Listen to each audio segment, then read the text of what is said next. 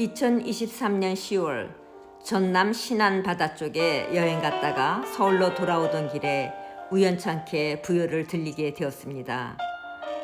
부여라고 하면 우선 나와 친구들이 50여 년 전 함께했던 첫 여행지의 장소였기 때문에 남다른 감회가 있었습니다.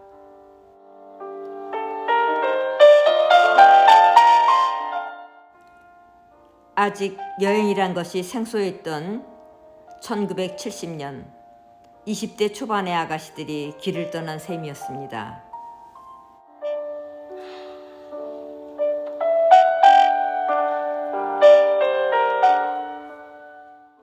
(54년) 만에 다시 찾은 부소산. 환한 가을 햇빛 속에 나지막한 부소산이 겸손한 모습으로 다소곳하게 서 있었습니다.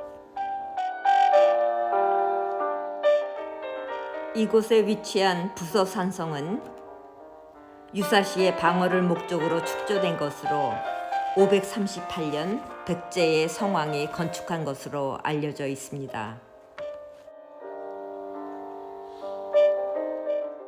부소산을 오르기 시작합니다.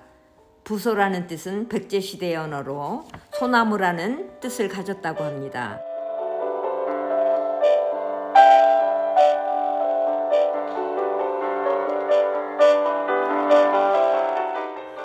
이 부소산 숲은 아름다운 숲 전국 대회에서 22세기를 위해 보존해야 할 아름다운 숲으로 선정되기도 했습니다.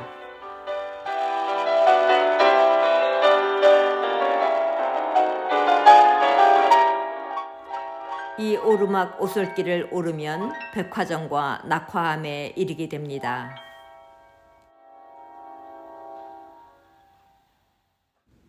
마지막 낙화암으로 가는 길은 꽤 가파른 편이었습니다. 낙화암 꼭대기에는 백화정이란 정자가 있는데 낙화암에서 떨어져 내린 궁녀들의 원혼을 추모하기 위해서 1929년에 세운 것이라고 합니다.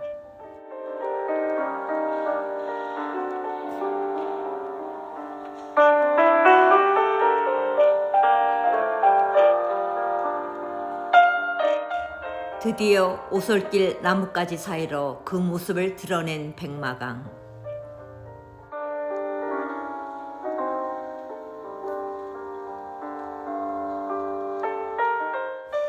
조용한 강물 위에 황포돛배가 미끄러지듯 움직이고 있는 모습이 소박한 아름다움으로 다가옵니다.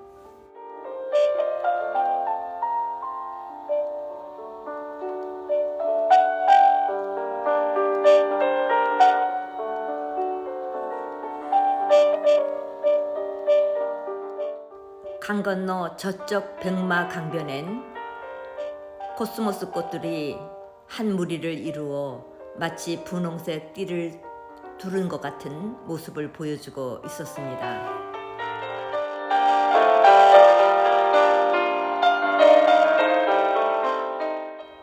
낙화암을 향해 오르고 내리는 가파른 길. 더 이상 예전의 고즈넉한 길은 아니었습니다. 우리들만이 백마강을 내려다보며 그 절벽 위에 서 있었는데 이젠 다른 관광객들이 사진을 찍도록 얼른 자리를 비켜주어야만 하는 곳으로 변모되어 있었습니다. 백마강엔 수륙 양면을 모두 갈 수 있는 배 플러스 자동차, 수륙 양용 버스도 운행되고 있었습니다.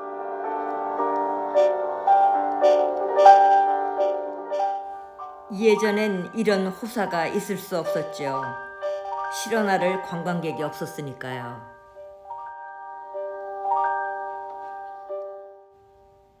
(50여) 년의 세월이 교차되는 곳이네요.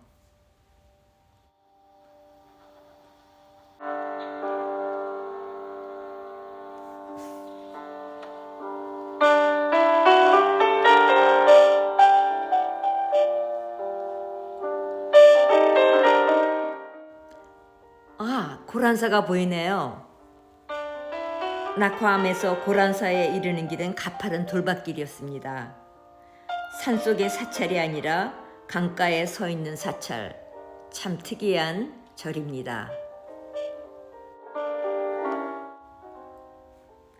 적막감이 감돌았던 옛 사찰은 사라지고 고란산은 이젠 4월 초파일이 된 것처럼 붐비는 절로 변모되어 있었습니다. 아무도 없는 고란사 약수터에서 우리는 서로 약수물을 먹여주며 사진을 찍었었는데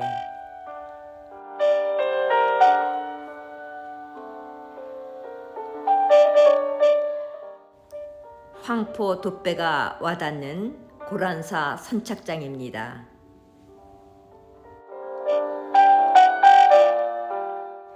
가파른 절벽 아래 숨어있던 고란사가 이렇게 붐비게 된 것은 아마도 황포 돛배 덕분이 아닐까 생각해 봅니다.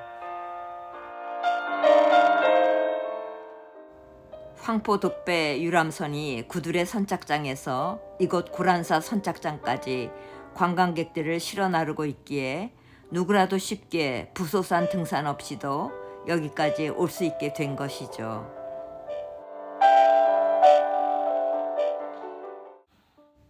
저 역시 낙화암으로 향하는 가파른 오르막길로 다시 돌아가는 대신에 황포 돛배에 몸을 싣고 유유자적 백마강 위에 떠있는 부소산과 낙화암을 바라보며 산 아래 구두레 선착장까지 배를 타고 가기로 합니다. 낙화암, 부소산 서쪽 백마강변의 낭떠러지 바위. 낙화암은 백제의자왕 때 신라와 당나라 연합군이 일시에 수륙 양면으로 쳐들어와 왕성에 육박하자 궁녀들이 굴욕을 면하지 못할 것을 알고 이곳에 와서 치마를 뒤집어 쓰고 깊은 물에 몸을 던진 곳이라고 알려져 있죠. 삼국유사에 의하면 이곳의 원래 이름은 타사암이었다고 하는데 뒷날에 와서 궁녀들을 꽃에 비유하여 낙화암이라고 고쳐 불렀습니다.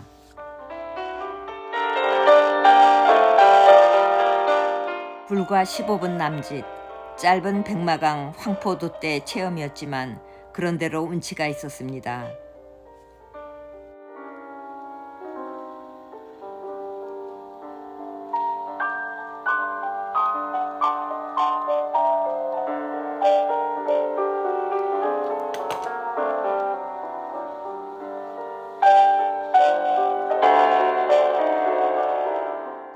종착점인 구두레 선착장에 내리니 가을 코스모스 밭이 화사한 얼굴로 나를 맞이해 줍니다.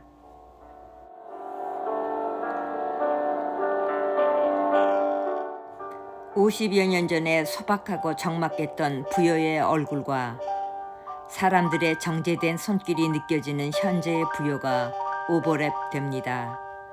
이것이 좋다 저것이 나쁘다 할 수 없는 그냥 부여의 두 얼굴을 내 안에 품을 수 있어 이 여행은 나에게 의미 있는 것으로 남게 됩니다.